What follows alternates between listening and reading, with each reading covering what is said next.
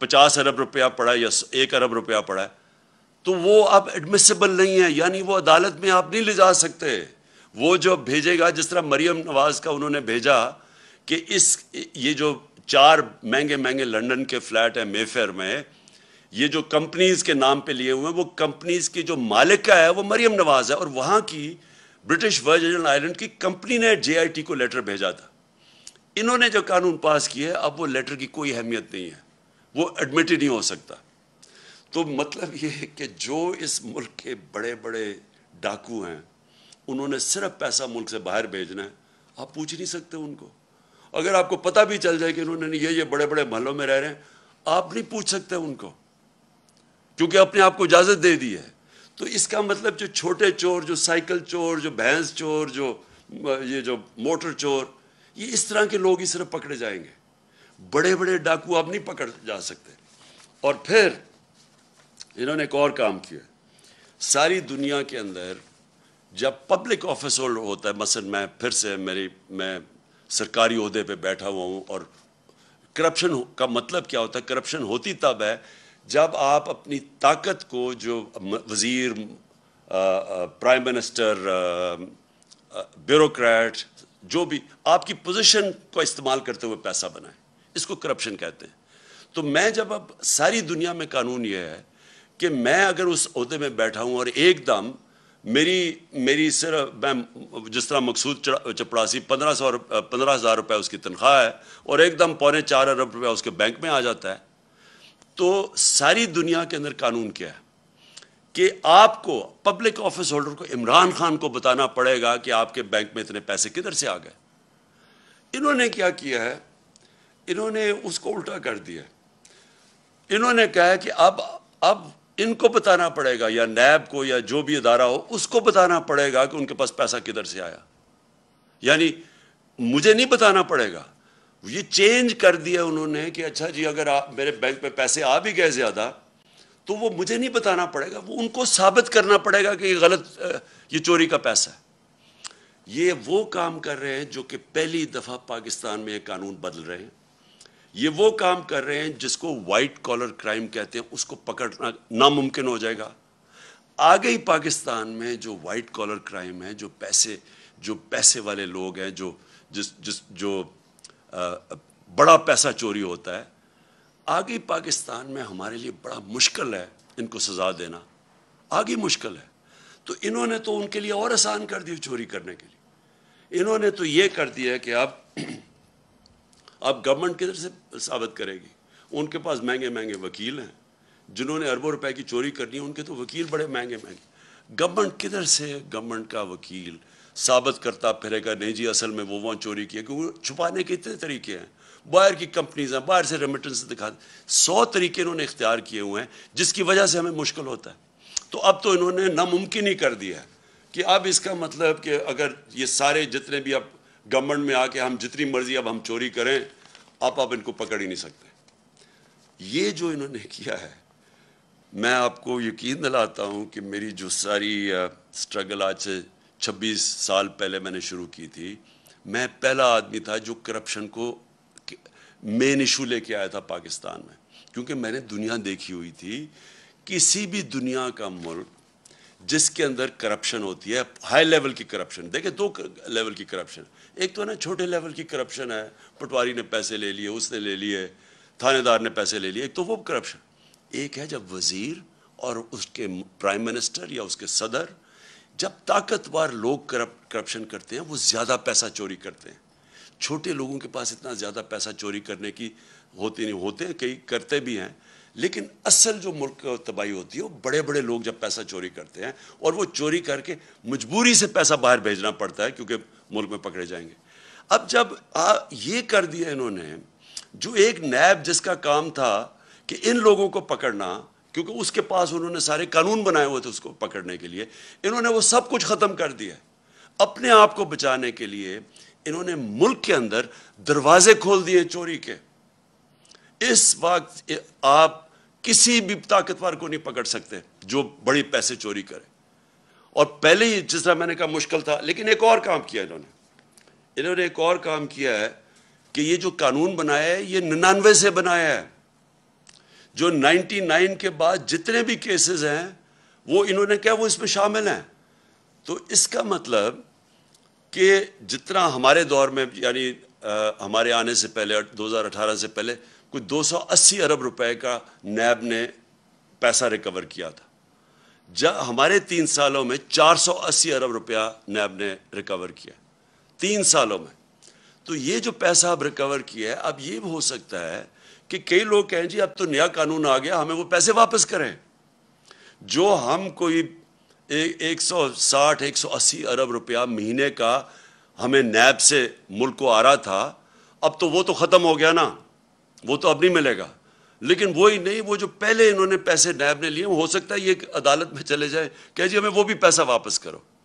تو میں آخر میں اپنی قوم سے کہنا چاہتا ہوں کہ ہم اس وقت وہ فیصلہ کن وقت پہ کھڑے ہیں کہ یہ جو لوگ, یہ جو چور تھے جو 30 سال سے ملک میں پیسے چوری کر رہے ہیں, جو پہلے NRO 1 لے چکے تھے, اب آ کے یہ NRO 2 انہوں نے اپنے آپ کو دیا ہے.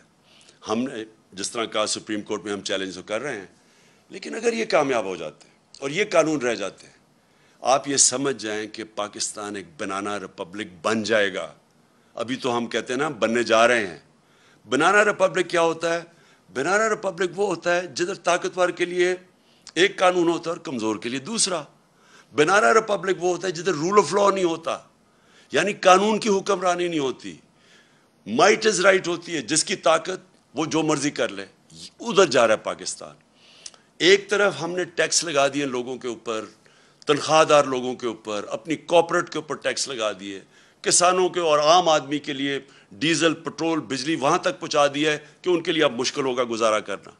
دوسری طرف جو سب سے بڑے طاقتور ڈاکو ہیں اس ملک میں, جنہوں نے 30 سال سے لوٹ رہے ہیں ملک کو, جن کے پاس اربوں روپے کی پراپرٹیز باہر ہیں, ان لوگوں کو 1100 ارب روپیہ معاف کر دیا ہے.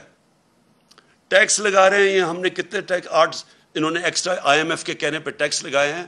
تو وہ جو لوگ لوٹ رہے تھے ملک کو 1100 ارب روپیہ ان کا معاف کر دیا ہے اس نیب امینڈمنٹ نے. 1100 ارب روپیہ. ذرا ذہن میں ڈال لیں کہ یہ پیسہ پاکستان کا پیسہ تھا جو چوری ہوا ہے. یہ کبھی ان کو اجازت ہی نہیں ہونی چاہیے پیسہ معاف کرنے کے لیے. یہ قوم کا پیسہ تھا, اپنے آپ کو چھوٹ دے دی ہے. اپنے آپ کو بچانے کے لیے یہ نے ملک کو کدھر تک پہنچایا, انہوں نے کتنا نقصان کیا ہے. تو اس لیے ساری قوم کو میں آج ساری قوم سے اپیل کر رہا ہوں. میں اپنے لیے نہیں کر رہا, میں آپ کے اور آپ کے مستقبل, آپ کے بچوں کی, آنے والی نسلوں کے مستقبل کے لیے کہہ رہا ہوں کہ یہ ہے ٹائم ہم سارے پرامن احتجاج کریں اس کے خلاف. یہ ہمارا جمہوری حق ہے. ہمیں انہوں نے جب 25 مئی کو جب ہم نے پرامن احتجاج کیا تو جس قسم کے انہوں نے ہمارے اوپر تشدد کیا, یہ میں آپ کو یقین دلاتا ہوں کہ کسی جمہوریت گورنمنٹ میں پاکستان کی تاریخ میں ایسے نہیں ہوا. اور میں آپ کو جنرل مشرف کے مارشل لاء کو کہتا ہوں, میں نے 8 دن جیل میں گزارے تھے. میں نے اس دور میں اس طرح کا ظلم نہیں دیکھا جو انہوں نے اب کیا. اور ایسے انہوں نے ظلم کیا صرف ایک وجہ سے, کیونکہ ان کو پتہ یہ سارا ایک سازش کے ذریعے آئے ہیں, ناجائز ہیں, انہوں نے چوری چھپانے آنا تھا. ان کا صرف ایک اب حربہ رہ گیا کہ لوگوں کو خوف پھیلائیں, ڈنڈے کے زور سے لوگوں کو دبائیں تاکہ لوگ چپ کر کے بیٹھ جائیں, کہ خوف زدہ ہو جائیں لوگ کہ جی ہر جگہ.